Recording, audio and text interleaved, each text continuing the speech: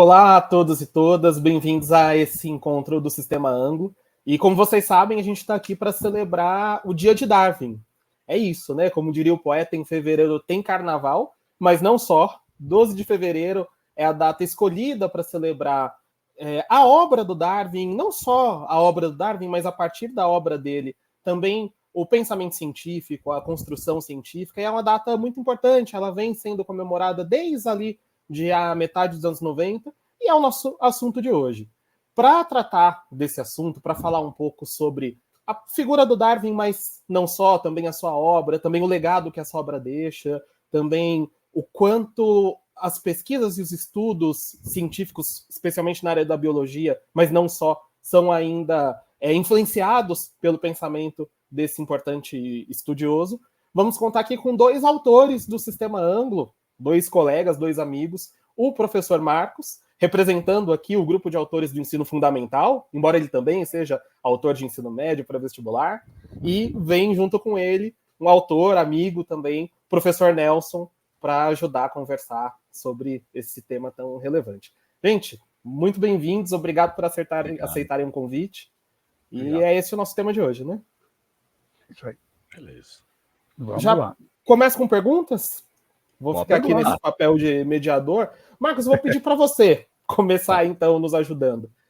Quem foi Darwin? Por que é importante conhecer Darwin? Conta um pouco para a gente da figura. Vamos começar pela figura. Um filho de uma família abastada, rural, típica do interior da Inglaterra, estudou, né, a família criava pombos. É interessante, até para entender um pouco como é que Darwin se envolve com esses temas. O avô dele, Erasmus Darwin, era também um cientista, também já falava alguma coisa sobre mudança ao longo do tempo, né? Não usava exatamente a palavra evolução. É isso, uma família abastada, teve a chance de estudar, fazia o que qualquer família jovem dessas famílias fazia nesse então, caçava, né? É isso. Aluno Marcos, mediano, hein? Isso é uma coisa curiosa, eu não sabia disso. Ele tem um avô que, de alguma maneira, também era estudioso de questões semelhantes a essas que ele vai investigar depois, né? Sim, um pouco, isso pode um pouco abrir a mente, fazer experiências, então o Darwin também assistia a isso. O pai é médico, né? O pai do Darwin era médico consagrado, então... O avô Erasmus Darwin escreveu um livro sobre a transmutação, a mudança, mas ele não explicava nada cientificamente. Eu acho que é assim, eu quero... É porque eu acho, é um achômetro. Mas ele não tinha método, investigação. Não era científico. Ele só achava que as espécies eram fixas, imutáveis, como o pessoal falava. Ele achava que devia mudar. Como? Ele não sabia. Isso era o Erasmus Darwin.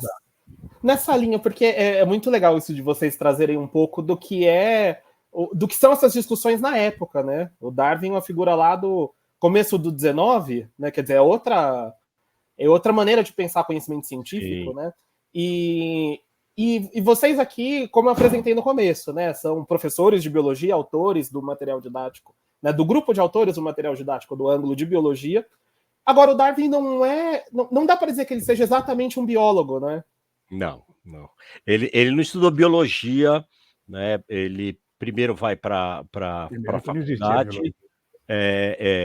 Não existia a biologia como a gente conhece hoje. Isso não existia. Se falava, quando muito, em historiadores naturais, né? Mas ele vai fazer medicina, se dá muito mal, ficar com muita pena dos pacientes, sofre muito nas cirurgias, não é? Tem gente que fala que ele desmaiava na presença de sangue. Enfim, se isso é verdade ou não, tanto faz, mas que ele não gostava. Mas ficou um ano só. Ficou, um pouco mais de um ano mesmo. E ele não se deu bem, mas ele tinha que fazer alguma coisa.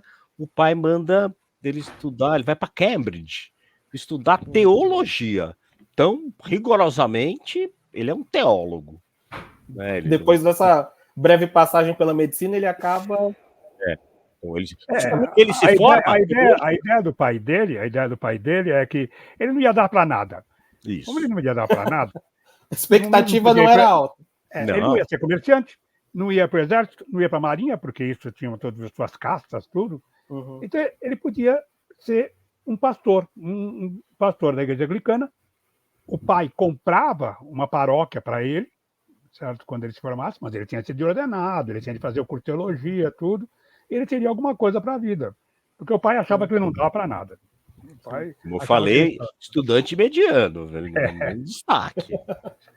Uma coisa que acho interessante nesse percurso aqui que vocês estão fazendo, né, de começar pela família, pela figura do Darwin, a entrada dele nos estudos, é que o programa certamente está sendo acompanhado não só por professores de biologia, mas por curiosos, professores de outras disciplinas, coordenadores pedagógicos e, sem dúvida, alunos também. E quando no ensino médio se recebe, né, esse tipo de conteúdo, muitas vezes, não vou dizer que seja a nossa prática aqui no Ângulo, mas não é raro que o aluno entenda essas coisas como coisas que enfim, já muito acabadas, né? Mas o Nelson estava dizendo, a biologia como ciência é posterior ao Darwin, né? Bem posterior. Ele não vai fazer uma graduação em biologia, as opções dele eram... A biologia como ciência, embora o nome foi inventado pelo Lamarck, foi ele que inventou a palavra biologia, a biologia como ciência só surge com a teoria sintética da evolução mesmo. Antes o pessoal separava, tinha os zoólogos, tinha os botânicos, mas não existia uma biologia. Por isso chama teoria sintética. Ela uniu. Então a gente vai falar disso. E ele não era um biólogo, como vocês explicaram, eu já vi referências a ele como naturalista. O naturalista não é um biólogo do passado, exatamente, também. Mais ou menos. Mais ou menos. Na verdade, assim, vamos lembrar, né? Estamos aí com um pouco depois das grandes navegações, né? Vão sendo descobertos novos lugares, as pessoas iam coletar, ver coisas diferentes, trazer coisas diferentes. Então, de alguma forma, isso se assemelha ao parte do trabalho do que atualmente é um biólogo ou determinadas áreas da biologia, certo, né?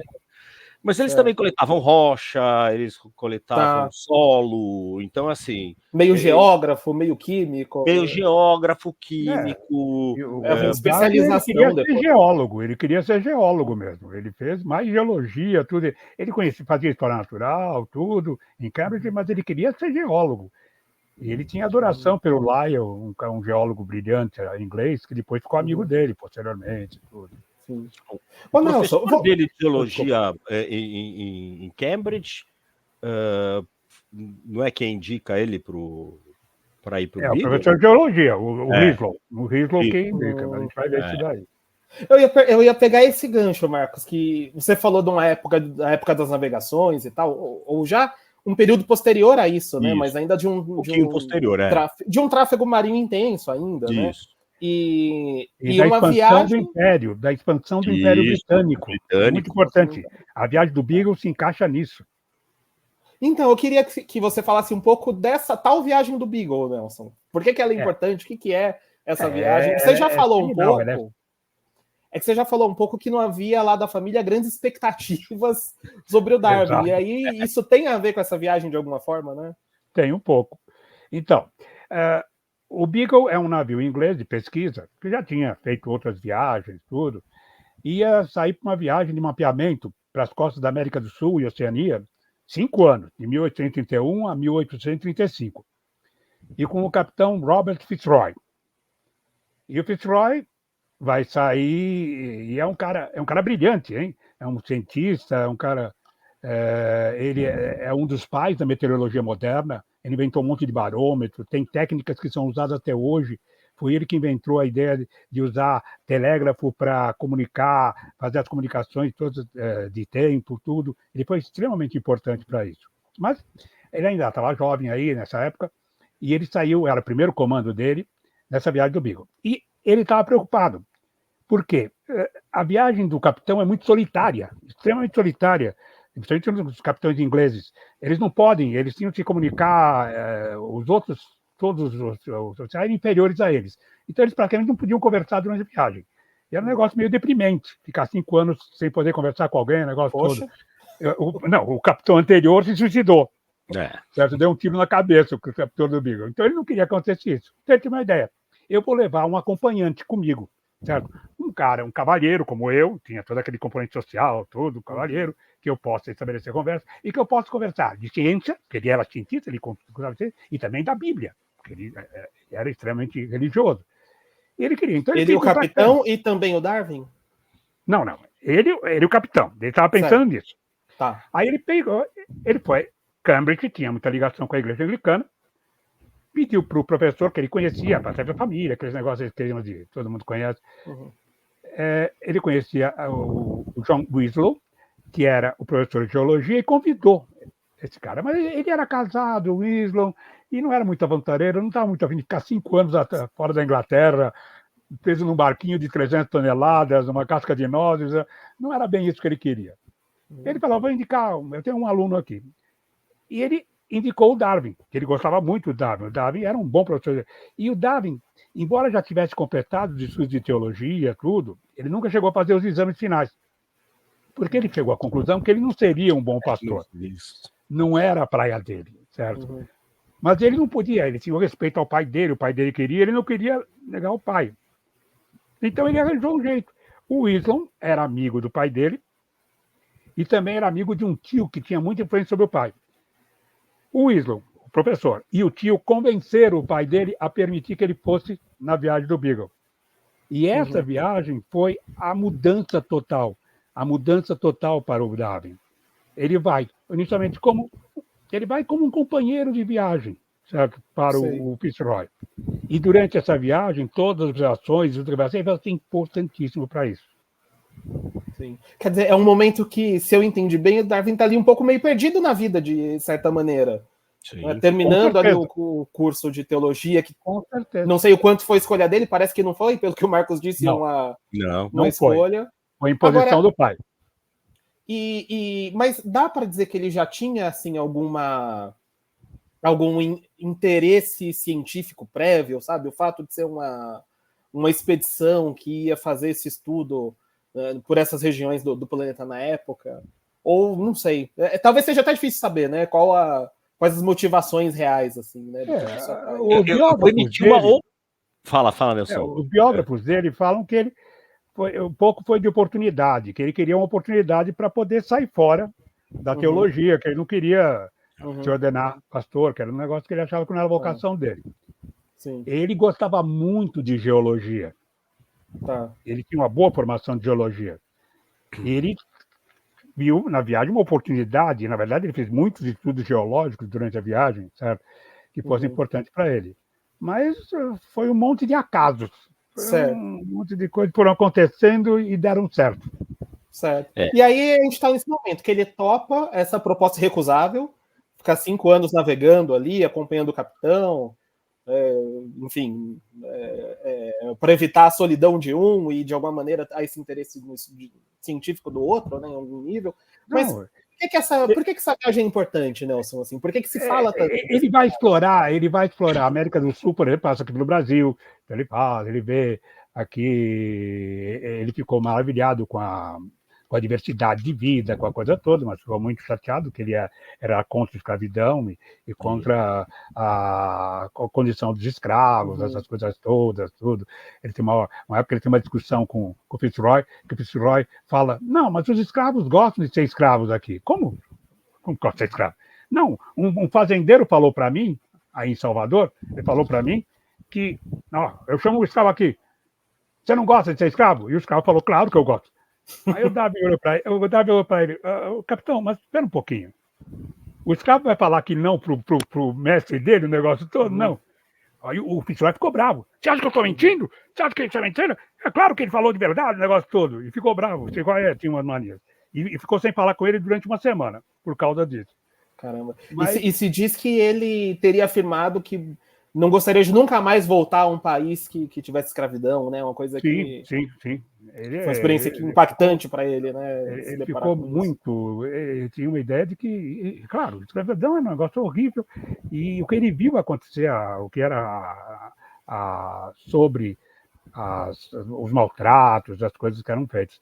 Mas, por exemplo, ele entrou aqui na Argentina, por exemplo, ele desceu do navio, enquanto o Beagle fazia a volta pelo Vicente Magalhães, lá embaixo, bonitinho lá, ele atravessou a Argentina, atravessou os Andes, encontrou fósseis, encontrou um monte de coisa, e foi encontrar o Beagle depois em Valparaíso, lá no Chile. Tá. Então, ele faz a exploração. Ele conheceu barbeiros, por exemplo, ele descreve os barbeiros. Aí os caras dizem que ele pode ter sido contaminado por Chagas, mas não tem, isso se não fala. tem nenhuma confirmação disso daí. Embora ele tenha tido uma doença depois que ele voltou, mas o pessoal hoje acha que não foi Chagas. Mas, de qualquer modo, ele tem uma visão bastante... Ele viu... quando ele estava nos Andes, teve um terremoto lá, certo? Como que costuma ser o negócio todo. Ele viu como é que funciona. Ele ficou maravilhado de ver aquelas conchinhas, negocinho, no alto das montanhas dos Andes, mostrando que aquilo já foi fundo de mar. Então, e a ideia de que a Terra se transforma, a Terra se modifica, isso foi entrando na cabeça dele. Mas a chave mesmo que vai dar muita informação para ele vai ser as Galápagos, não é, Marcos? Então, quando ele chega em Galápagos, quer dizer, vamos só lembrar qual é o pensamento vigente da época, né? As primeiras ideias evolucionistas estão surgindo, mas ainda são muito pouco científicas. Já temos aí, sei lá, Buffon, temos o próprio Lamarck dando algumas pistas, né? A gente tem Hutton um pouco antes falando da mudança da superfície. O cara vê esse monte de coisa, chega em Galápagos e encontra dois grupos que fizeram muita diferença para ele. Tartarugas gigantes, os nativos identificavam as tartarugas, as ilhas de origem das tartarugas, pelo tipo de tartaruga, né? Então, cada ilha, pela forma do casco, pela forma do casco, pelo pescoço, né? Quem esticava, quem tinha um pescoço curtinho. Os espanhóis que controlavam a ilha sabiam identificar. Uma relação entre o ambiente e a espécie, em certo sentido? Ele começa a sacar isso, quer dizer, o que tinha o pescoço solto conseguia buscar esticar para comer uma plantinha aqui em cima. O curto conseguia se proteger melhor de possíveis predadores. E cada ilha tinha um tipo diferente de tartaruga, não eram iguais. Então tinham características diferentes. Isso chama a atenção dele, né? E os tentilhões, né? Um grupo de aves que... É da família do sanhaço, canário, da família desse. Ele via no continente, viu nas ilhas, e eles tinham tamanhos e formas de bico diferente. A coleta dos tentilhões, a história dos tentilhões vai ser resolvida quando ele volta, na verdade. Mas ele fica atento à diversidade de tentilhões, né?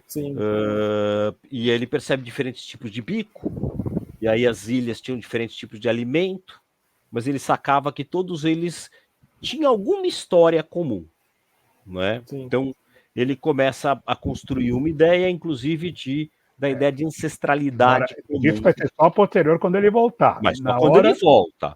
Na hora ele só coletou. Na hora ele coletou os bichos, ele nem sabia de que ele tinha pego. E muito aí, mal. Na volta, o Fitzroy e o Grumete, que era o assistente dele, que tinham separado, bonitinho, feito suas próprias coleções, é que mostravam, não, esse daqui veio dessa ilha, esse aqui veio dessa ilha. Isso foi depois. Na época ele viu, passarinho foi diferente, o negócio todo. Mas tinha tanta coisa. E ele coletava. Ele coletava um monte. Eles coletaram várias tartarugas que foram comidas durante a viagem, certo? Isso. Não tinha nenhuma ideia conservacionista na época, não, certo? Ele matou centenas de animais, certo? Para secar, para levar as amostras, o negócio todo. Era outra... não vamos ser anacrônico, era outra época, era outro pensamento, outro negócio. Eu acho que vale a pena aí até dessa história de comer...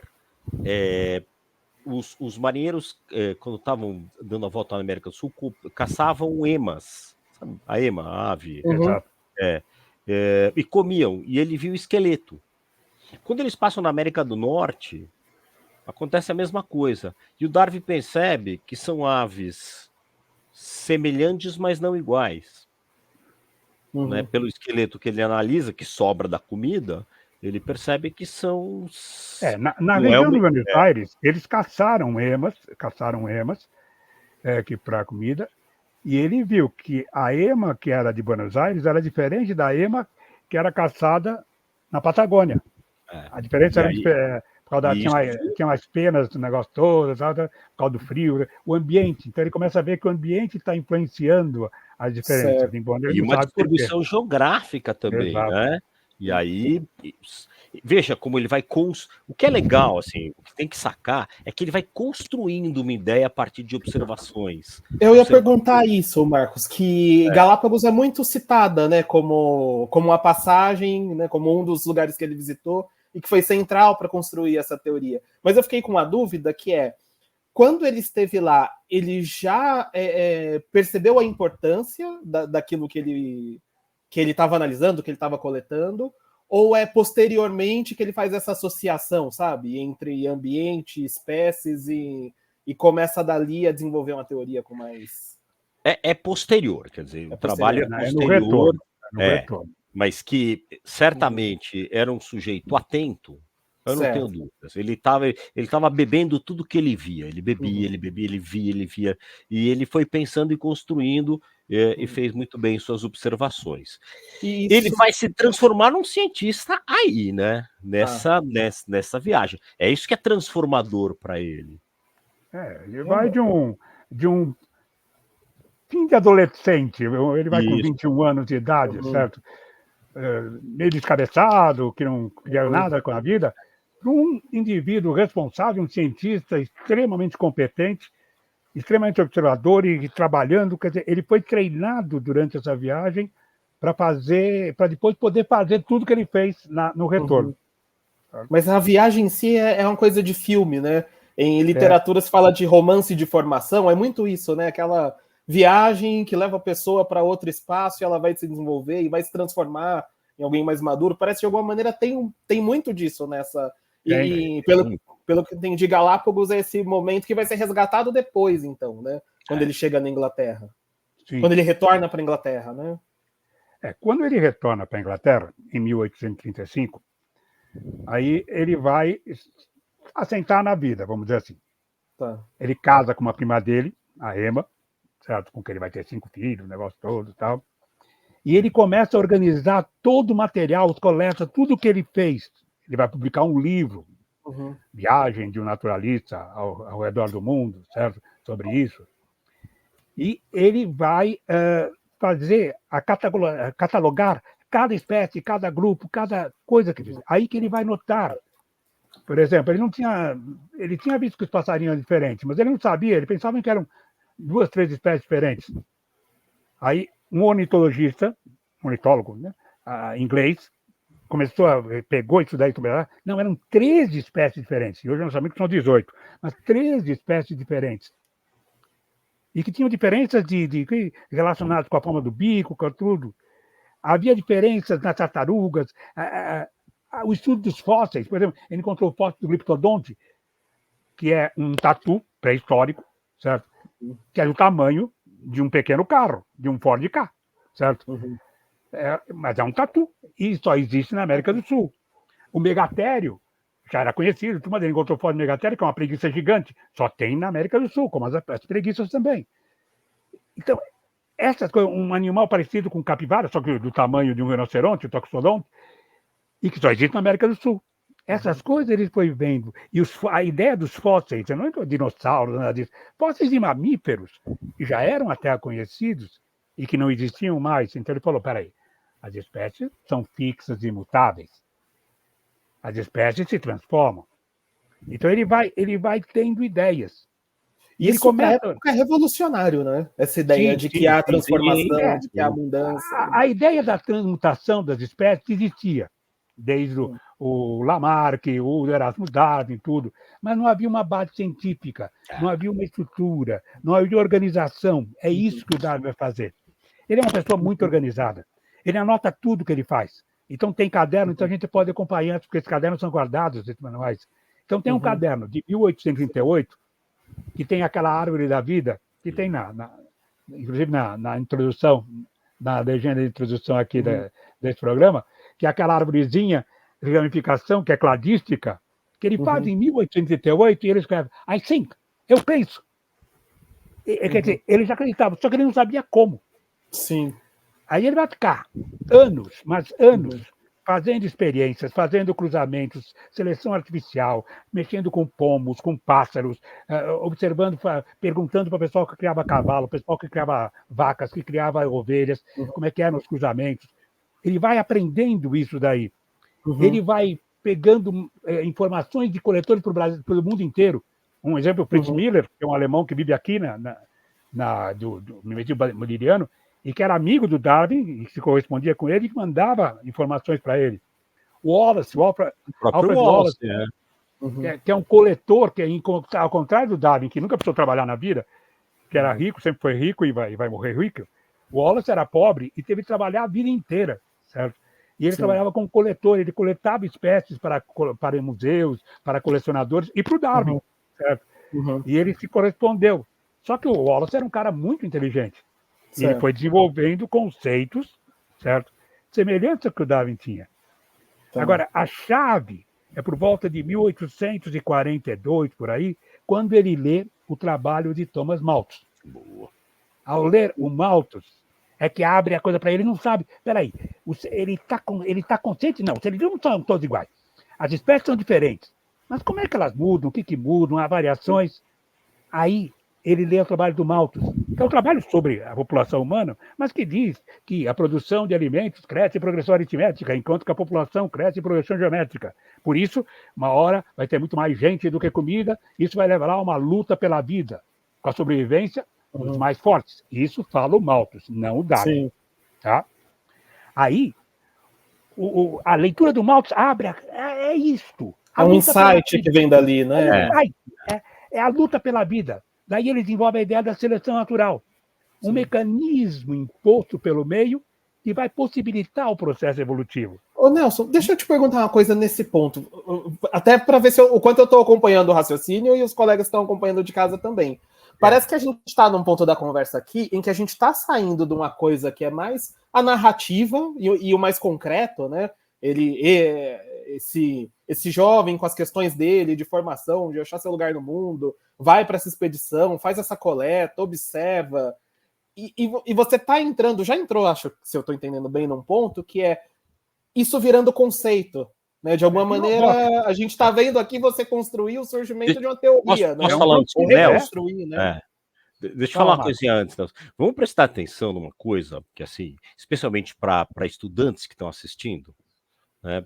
Vamos pensar no seguinte: olha lá, esse sujeito tem conhecimento anterior, né? Quer dizer, o conhecimento que ele tinha de anatomia, por exemplo, ajudou, quer dizer, ele faz uma ponte entre esses fósseis de animais anteriores para os que ele encontra vivos. Então vejam como um conhecimento anterior ajuda e não é inútil. A gente começa a falar de leituras, quer dizer, o cara precisa ter uma bagagem, né? Além da aventura, da viagem, ele também começou a ter mais bagagem, mais conhecimento, mais contatos, ouvir outros, receber outras informações. Então veja como vai sendo construído, como é que se constrói uma ideia. Não é que acorda de manhã cedo e fala, hoje eu vou descobrir. Não faz assim. Ô Marcos, você sabe que é genial nisso que você falou? Eu fiquei imaginando o Darwin numa aula de anatomia, perguntando para o professor, mas por que eu tenho que saber isso? Você não vai responder, é porque você vai desenvolver uma teoria revolucionária e daqui a 100 anos as pessoas ainda vão falar. Quer dizer, né, o acumular esse conhecimento é que vai gerar essa possibilidade. Ele lê um de criar, de livro. Ele lê um segundo livro que é impactante também. Eu não sei, alguns autores chamam de Lyell, outro de Lyell, né? Que é um livro de geologia também. O Lyell é o livro que ele é o seminal dele para a formação, porque o Lyell mostra que a Terra se modifica, que a Terra não é uma coisa estática. Ele acaba com, segundo o Darwin, ele acaba com o Gênesis, ele acaba com o Antigo Testamento, porque as coisas a Terra não é, a Terra é muito mais antiga do que a Bíblia fala. A Terra existe há milhares, na verdade não sabemos que são bilhões de anos, mas na época há milhares de anos. O Lyell mostra isso daí. e está em contínua modificação. E aí ele começa a pensar, peraí, essa modificação que a Terra sofre ao longo do tempo, como é que atua sobre os seres que estão em cima dela? Uhum. Ele gosta muito, ele respeita muito Lamarck. A ideia do Lamarck que a evolução, a transformação está relacionada à adaptação, é uma ideia que ele pega do Lamarck, certo? Uhum. Que ele vai usar e que vai acompanhar. Então, ele coleta um monte de informações e vai criando, mas a criação dele é a ideia da seleção natural. Agora, um pouco para fechar essa parte, assim, que a gente está, que é uma parte complexa, o que vocês diriam que são, assim, os pontos fundamentais da teoria do Darwin? Eu tenho que saber, para entender, claro que compreender a teoria dele talvez seja até mais complexo do que a gente vai fazer no tempo que a gente tem aqui, né? Mas os pontos essenciais, vocês conseguiriam resumir? Marcos. Acho que essa coisa da transformação, pelo que eu entendo, né? Porque é curioso, porque a gente toma como óbvio hoje, mas é uma construção, né? Chegar a esse conceito. Então, eu te diria que assim, inclusive, nem é tão complexo assim. Tá. Quando você lê o material dele, nem é tão complexo. A redescoberta dessas ideias, recebendo novos conhecimentos, especialmente vindos da genética, é mais complexo. Mas o trabalho do Darwin em si, ele é ele recheia de informações, né? Eu te diria que assim, a gente tem a questão da seleção natural, né, como uma das ideias centrais, a variabilidade da população, né? Os indivíduos não são todos iguais. Isso, Tem variações que ocorrem ao acaso. Você não sabe dizer o que é, mas que ocorre. Isso. Como todos nós. Cada um de nós é diferente um do outro. Não somos idênticos. Nós temos características que nos identificam como humanos, mas temos características que nos identificam como nós mesmos. O Nelson, o Marcos, o Henrique, cada um tem suas características próprias, certo? E essas diferenças pequenas, essas pequenas diferenças, tudo que ele vai observando. E a ideia da seleção natural. Né? E a ideia, assim, vai entrar aqui, vai ganhar um destaque também, a importância da reprodução. Sim. Né? Então, não a reprodução como só deixar descendentes, mas eu tenho uma seleção, características, né? E aí isso vai ser passado adiante pela sobrevivência. Eu sobrevivo, eu tenho mais chance de me reproduzir, eu tenho mais chance de passar as minhas características adiante. Exatamente. Né? Não adianta você ser maravilhoso, forte, brilhante, e não passar, e ser estéril, e não passar para frente. Quer dizer, as características terminam com você. As características são evolutivas, as características, e o Darwin não gostava da palavra evolução.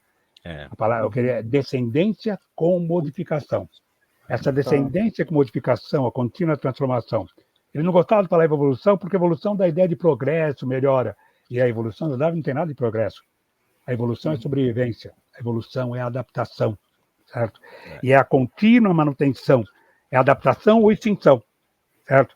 Então você precisa se reproduzir. Então o sucesso reprodutivo é fundamental para o Darwin.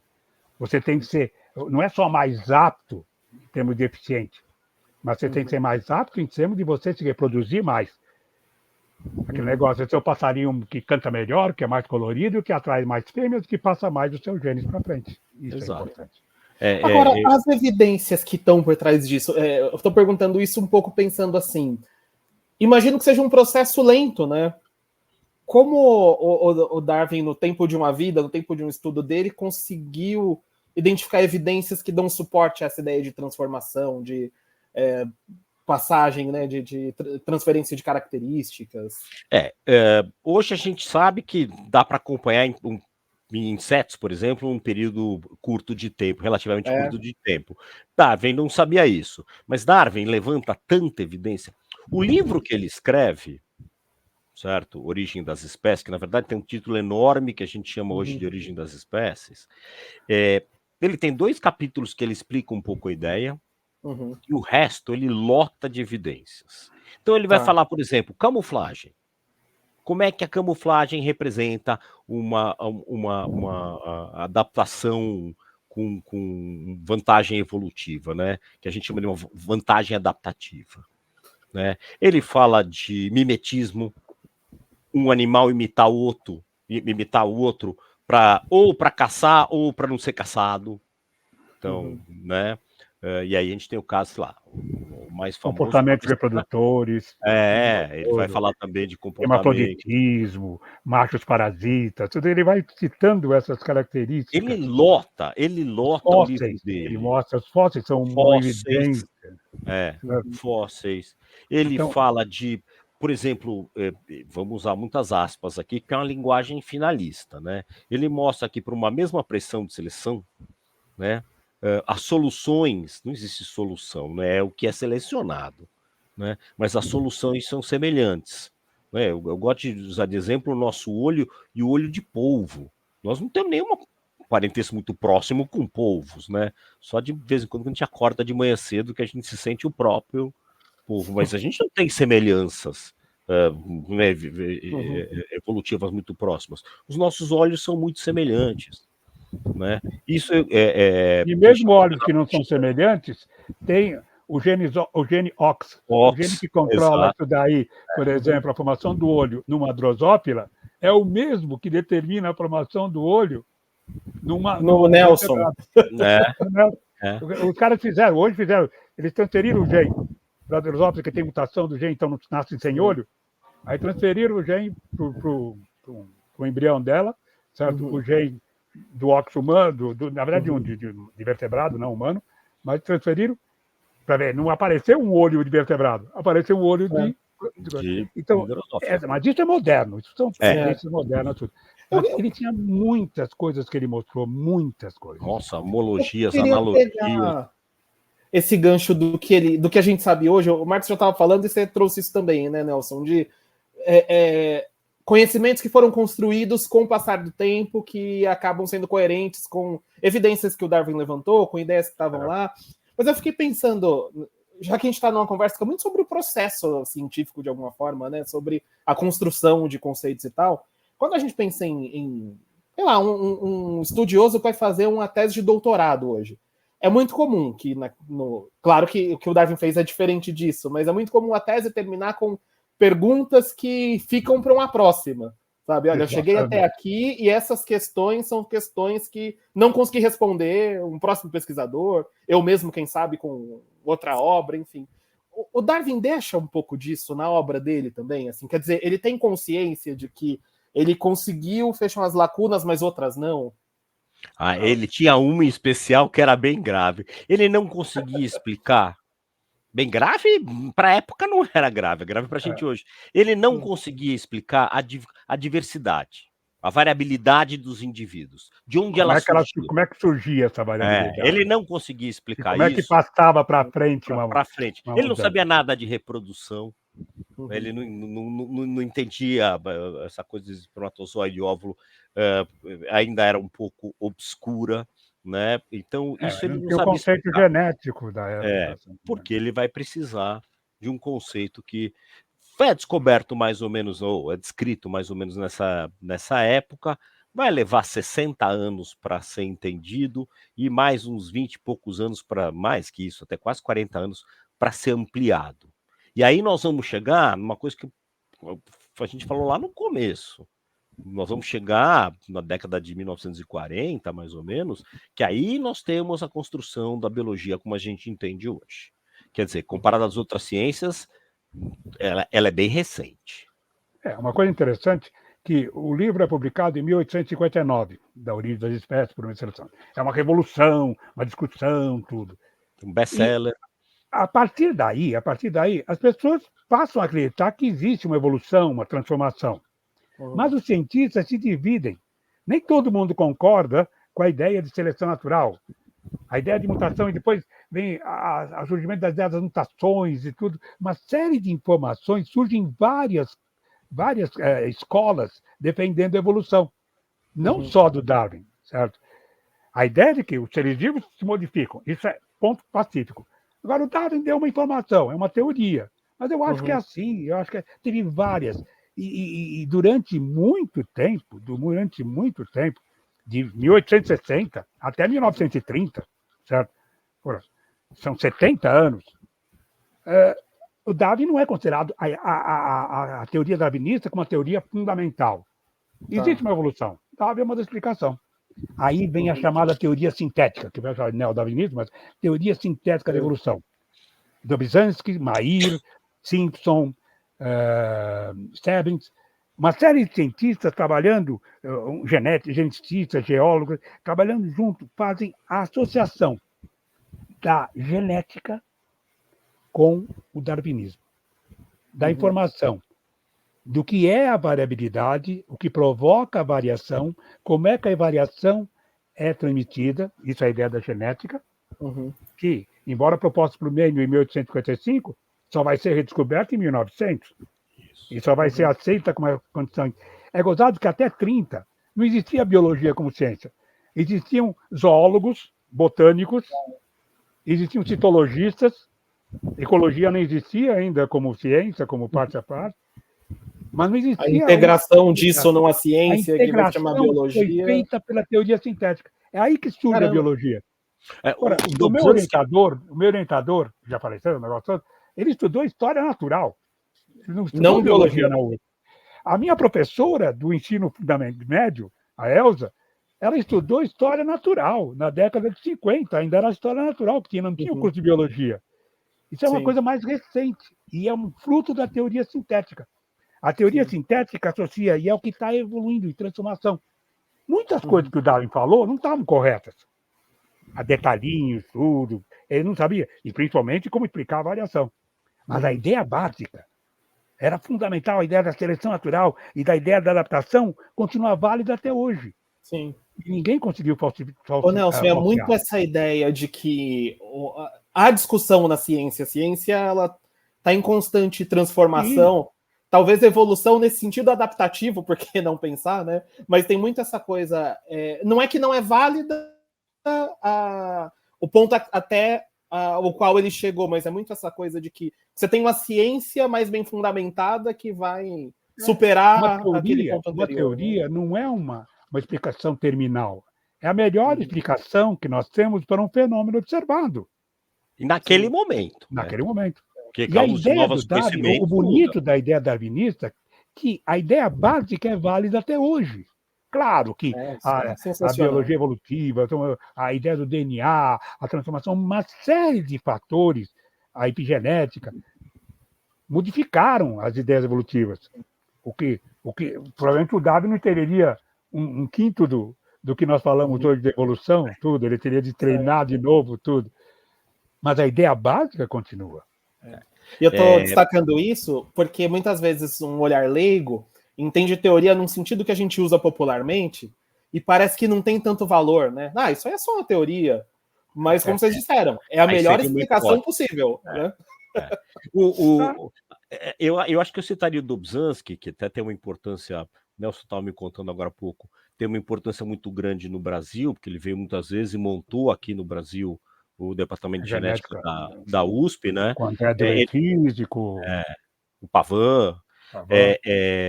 Ele falava que nada na biologia faz sentido se não for a luz da evolução. Né? Quer dizer, vamos entender qual é o impacto desse trabalho para o pensamento científico, biológico. E vamos entender que, para a biologia, evolução é um fato. Os seres vivos se modificam. A palavra evolução não é uma palavra ótima, porque dá a ideia de progresso, tudo. Não é essa a ideia. A evolução não visa progresso. A evolução visa adaptação. É a descendência com modificação. Os seres vivos se transformam. Isso nós temos evidências de monte. Você pegar os fósseis, você está vendo algum tiranossauro andando pela rua? Você está vendo algum... Não. As espécies se modificam, se transformam ao longo do tempo. É um processo que existe. Sim. A teoria é como ocorre isso. Quando a gente fala em teoria, é a explicação. Como é que ocorre isso? Explicação mais plausível, mais defensável. A gente continua vendo até hoje. Genial, ele fala, nada faz sentido em biologia senão a luz da evolução. A evolução é fundamental. Sim. Você quer? Eu não acredito em evolução, tudo bem. É um direito que você tem, tudo bem. Mas não vai ser biólogo. Não tem sentido. E a questão, acho que com que bases também, né? Quais são as bases? E não nega esse monte de evidências que existem. Agora, a gente continua vendo. certo? As pessoas, mas não dá para ver evolução. Bobagem, a gente continua vendo. Seleção natural? Por que os antibióticos são proibidos? Certo? Porque, né, as pessoas São controlados, na verdade, né? Porque é Os controlado. indivíduos E é selecionam muito as bactérias. rigoroso o controle. Certo. Né? Então, Olha, hoje nós temos superbactérias, tudo pelo uso errado de antibióticos. que foi As ideias, selecionando as aquele negócio das mais mariposas claras e escuras, que tem lá na Inglaterra, mas tem no mundo inteiro. É um exemplo da ação da seleção natural. A Quer gente dizer, tem existem Covid. aplicações práticas relacionadas à nossa saúde hoje. Né? A Covid, a gente viu a cepa tal, né? Qual que mata mais, qual que mata menos. A própria descoberta de que não foi um vírus produzido em laboratório segue um pouco uma ideia evolutiva. Então, o que é que se faz? Uma evolução ao contrário, não dá para chamar assim, força um pouco minha beleza, mas vamos lá. Você vai olhando o genoma, né, o DNA desses vírus, né? Não, no caso não pode ser DNA, né? Ele é um vírus de RNA. Você vai olhando o RNA e vai vendo de onde é o material genético, boa. E vai vendo que ele tem um histórico e você vê de onde ele está derivando, né?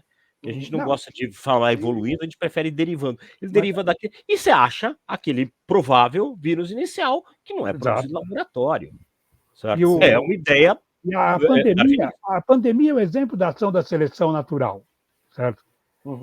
Nós conseguimos as vacinas numa velocidade muito grande, então morreram só 17 milhões de pessoas, absurdo. Já na gripe espanhola, 1917, o negócio da gripe espanhola espalhou pelo mundo, foram 50 milhões de pessoas que morreram. E não se criou vacina, nada. Desapareceu porque houve uma seleção. Uma seleção. De quem era resistente e quem não era resistente. Quem era resistente, por acaso, sobreviveu, e aí acabou a epidemia. Graças a Deus, na pandemia do Covid, não precisou acontecer isso. Sim. Porque desenvolveu a vacina, embora alguns não quisessem, essa é outra história da vacina. Mas de qualquer modo, é importante lembrar que a seleção natural está agindo sempre. Isso. A seleção está agindo. Lentamente, mas o tempo todo. A gente, mas a gente tudo vai contra a seleção natural. Certo? A medicina vai contra a seleção natural. Sim. Mas ou até, de alguma forma, esse desenvolvimento cultural nosso intervindo nessa seleção. Agora, as teorias evolucionistas já foram usadas para o mal muito pelos nazistas, pelo pessoal do darwinismo social, que achava que as raças superiores, da eugenia, que era melhorar as espécies. Aqui no Brasil, o branqueamento, certo? E você importar, vamos importar europeu, vamos trazer europeu aqui, certo? Para branquear a população, porque nós temos uma população muito negra. Com política de Estado, né, Nelson? Ô, Nelson, deixa eu te interromper, que a gente está muito perto do final.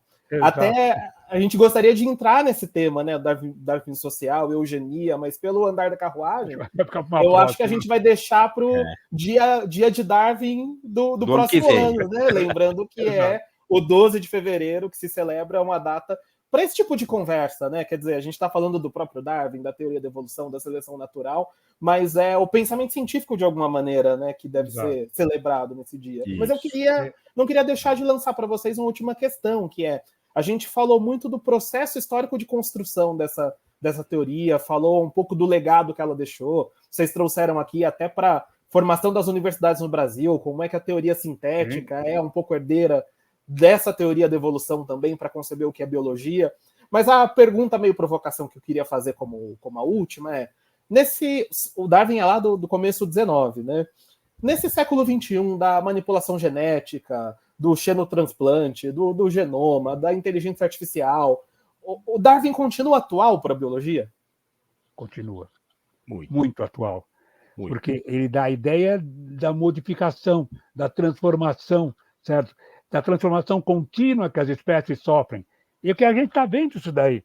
Agora a gente está entendendo melhor com a engenharia genética, tudo. Nós estamos conseguindo entender que não é só material genético, o ambiente tem um papel muito importante, o vento tem vários fatores. Mas Darwin é muito atual. A evolução é um processo contínuo, que não para. E o Darwin tem essa ideia de ter começado isso. Né, Marcos? Fala aí. Eu diria que a base toda do que a gente entende hoje veio daí. Eu também acho. Veio da ideia de seleção natural, de variabilidade e de sucesso reprodutivo. Né? Ô, Marcos, você pode repetir a frase que você falou agora? Que eu acho que Do sintetiza Dunsky? isso aqui. Como é o nome do autor? Ele já... Theodosius Dobzhansky. Ucraniano. Ucraniano naturalizado isso. americano. Que na biologia nada faz sentido se não for a luz da evolução. Bom, acho que isso responde à atualidade de Darwin de forma sintética, né? Olha, meus amigos, eu agradeço muito a presença de vocês nessa conversa. Tenho certeza de que quem acompanhou, quem está em casa, quem for assistir depois, vai aproveitar muito isso. E acho que posso dizer que vocês honraram o dia de Darwin nesse ano. A gente está fazendo essa celebração. No caso do Darwin, moleza. Foi muito legal. Foi muito legal. Obrigado. Muito bom. Obrigado, então. Então tá, já. Eu agradeço também a todo mundo que ficou com a gente, acompanha essa conversa e a gente se vê numa próxima aqui no canal do Sistema Anglo.